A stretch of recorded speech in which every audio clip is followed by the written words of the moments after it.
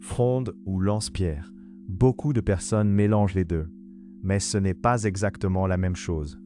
Les deux servent à projeter une bille ou un projectile, mais la forme, la prise en main et l'usage peuvent être très différents. La fronde traditionnelle, historiquement, fonctionne avec une poche et deux lanières. On fait tourner le projectile, puis on relâche une lanière au bon moment.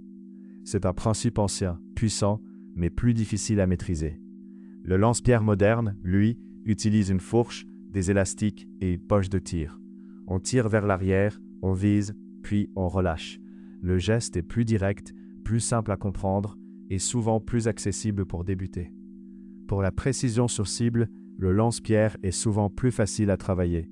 Tu peux garder le même ancrage, la même distance, le même élastique et les mêmes billes. Cette répétition aide beaucoup à progresser. Côté puissance, il ne faut pas se fier seulement au nom.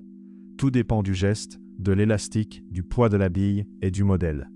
Un bon lance-pierre bien configuré peut être très performant, mais il doit rester contrôlé. Pour débuter, je conseille plutôt un lance-pierre moderne.